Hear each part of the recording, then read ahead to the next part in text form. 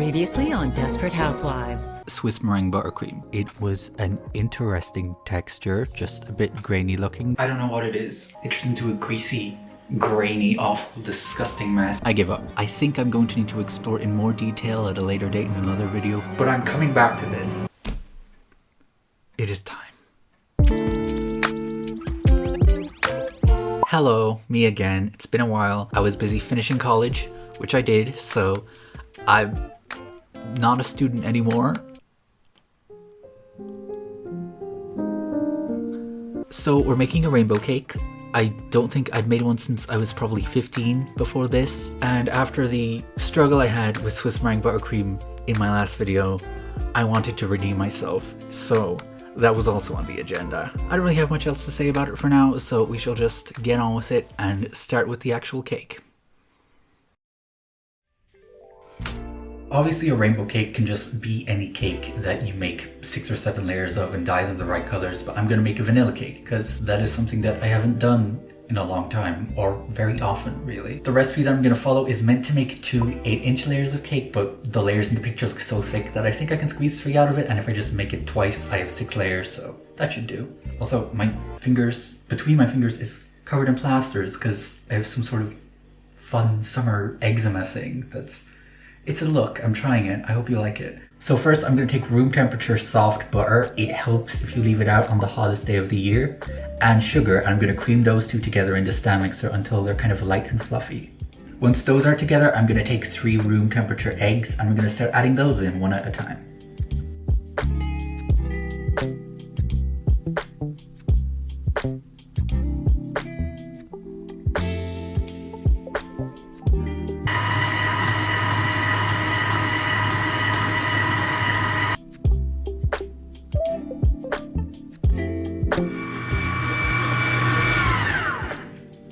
Now, once all the eggs are in, I'm gonna add in the vanilla, which there is 2.5 teaspoons of, which I'm gonna assume is like 2 capfuls, maybe. I always measure it out of the cap. And then I'm just gonna beat that in as well.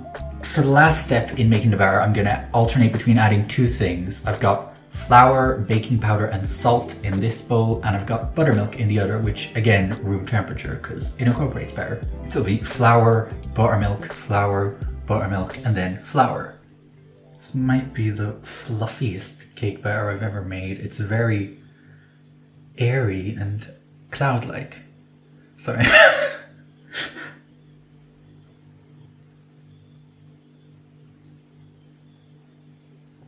It's very good. So all it's left to do then is take this and divide it into 3 equal parts and dye each one a different color, which should be a relatively straightforward process. Unfortunately, trying to dye literally anything red is rarely a straightforward process because life isn't fair, and while I've talked about this a bit before, I'm going to talk about it a little bit again because I have a solution this time. So, to review, Dr. Oetker, garbage, don't bother. Icing dye, not garbage. This is really good for frosting because you only need a little bit and it will take you a long way. But you still need more than usual for red. So while this is probably still fine for frosting, the solution for a cake that needs to be red is a whole jar of it. This is concentrated paste coloring, which as far as I know is basically the icing dye, but more of it. And as far as I can tell, it's not as wet and liquidy. I've used this before for red velvet cake. It took me about a teaspoon of it to dye 4 layers of cake a perfectly good red.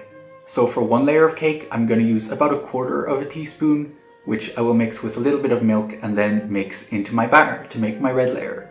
The other colors should dye pretty easily because they're not problem colors like red is. And then the layers will go into the oven at about 180 for 25 minutes or so. They're not particularly thick layers, so it won't take too long.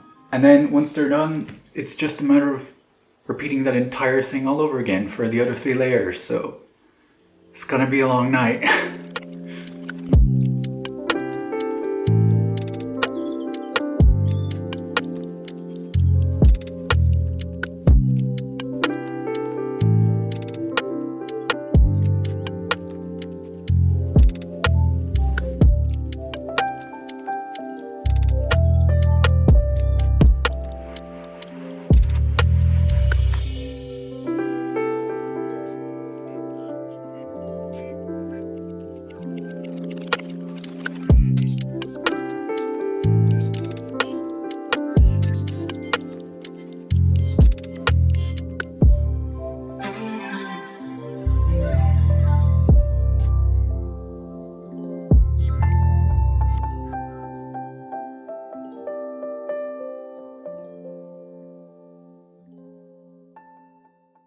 Once I had all my cake layers, I cut them down with a cake ring like I always do. This is generally just to make it smaller, but in the case of things like rainbow cake, it has the additional benefit of cutting away any browned edges that it might have on the outside. This doesn't always have much of an impact on the appearance of a finished cake since, you know, it's on the outside, but sometimes it does show up a bit when you slice it, so it is worth your while doing it. If you don't have a cake ring, you could always draw a circle template on paper, put it down, and then slice around it. Some of my layers didn't turn out as flat as I had hoped, and like anything that doesn't meet my hopes, I decapitated them, by which I mean I leveled my cake. And it was nice to see all the cake layers together. It was starting to really look like something was happening, but it did remind me of something that I hadn't really thought about up till this point.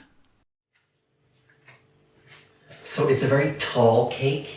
I don't hate that it's a tall cake. I knew it would be a bit taller than normal, which is why I made the layers thinner than usual. I thought it would end up being about this height, but no, it's still pretty tall. Maybe it's just because it's also smaller in terms of the size of the circles, so it seems like it's taller than normal, but it's probably actually the height of an average cake. I can't really tell. Yeah, in hindsight, that is a very average sized cake. I don't know what he's on about. He's deranged. He's had a long day. Ignore him. Either way, the problem with it is I might need to make more frosting than just one batch, but I don't really know. I can't tell. So what I'm gonna do is I'm just gonna make one batch, and if it's enough, it's enough. Great, I think it might be. But if not, then I'll make more. It's after sundown, so I could be making frosting into the night. But in other news, I don't know if you noticed, thematically consistent pajamas. I went over how to make Swiss meringue buttercream in the last video, but I would like to have at least one video where I go through the entire process beginning to end without it going horribly wrong at any point, and I'm reasonably confident that I can do that this time. So first I'm going to take my stand mixer bowl, and I'm going to put 6 egg whites and 400 grams of sugar into it. I'm going to put this over a hot water bath, aka a saucepan with some hot water in the bottom. You don't want the bowl to be touching the water or submerged in it, you just want to be over it. And then I'm going to whisk that over the heat until it heats up to 71 degrees Celsius. Once it reaches that temperature, I'm going to put the bowl onto my stand mixer and I'm going to beat it with the whisk on high until it gets stiff and glossy. This is going to take a while, it always does for me. You might need to just stop the mixer sometimes and let it cool down. You might want to put the bowl in the fridge, it helps. I don't always have to put it in the fridge, I've found. It will get there eventually, it just takes the varying amounts of time. It'll cool down when it wants to cool down, but it will cool down. And once it does, you can start putting in the butter, which should be room temperature, but not soft, mushy butter, just room temperature. You should add in the butter gradually and you will see it eventually start to almost look like it's curdling, but that just means it's working, because if you beat it a little bit more, you will see that it becomes smooth and glossy. Once all the butter is in, you can finally add in whatever you're using to flavor it. I'm making vanilla Swiss meringue buttercream, so I'm going to add in vanilla and a pinch of salt.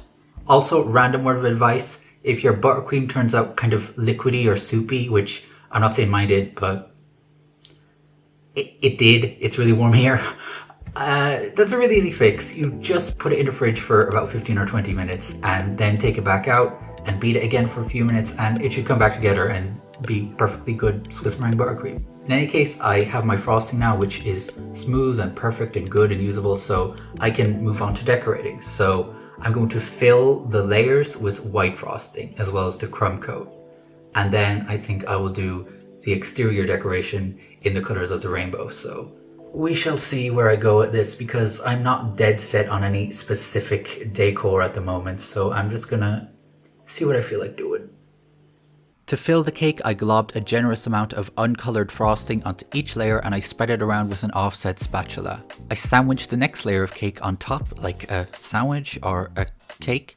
I stacked my layers in the order of the colors of the rainbow, which I'm sure you already know unless you were born yesterday. In which case, I don't think you should be online so early in life, but it is not my job to parent you, so do what you want. You also probably shouldn't try to make this without a parent or at all, because you are 1 day old and I don't think you can even eat cake. But I don't know your life. Maybe an internet savvy infant such as yourself lives on the edge and eats things that you're not supposed to. I coated the cake in a thin coat of white, which I smoothed out to make it look semi-nice, even though it wouldn't be visible because I don't make good choices. For the actual decor, I piped each color of the rainbow around the cake one by one and smoothed it in a bit with my spatula to make sure it was firmly pressed up against the cake all the way through. I used my spatula to sort of level the stripes so that the height would be consistent the whole way around. Contrary to everything else about this cake, I did want the stripes to be relatively straight. I did actually have to make an extra half batch or so of frosting to decorate the cake, which I'm not bitter about. Once all the stripes were on, I used a bench scraper and I carefully smoothed them all down together to make a nice looking rainbow. And then I tidied in the top edges and started to decorate that. For the top, I used my leftover frosting to sort of paint a rainbow. And once again, I smoothed it all down together once all my colors were on. I didn't worry too much about the edges because next I piped a border of white all around the top of the cake as well as the very bottom. And once those details were on, my rainbow cake was now officially complete.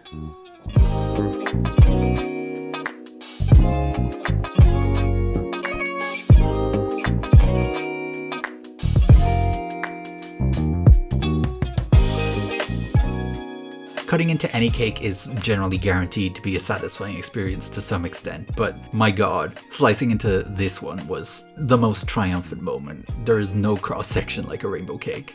So that brings this project to a very successful close, so I am quite happy. I'm actually going to go film another thing even though it's almost 4 AM. Not yet, but almost. I am going to miss college terribly, but I have all the time in the world to bake now, so I'm gonna have a good time, I think. That's pretty much it. Thank you again for watching this. I will see you when I see you, and until then, goodbye.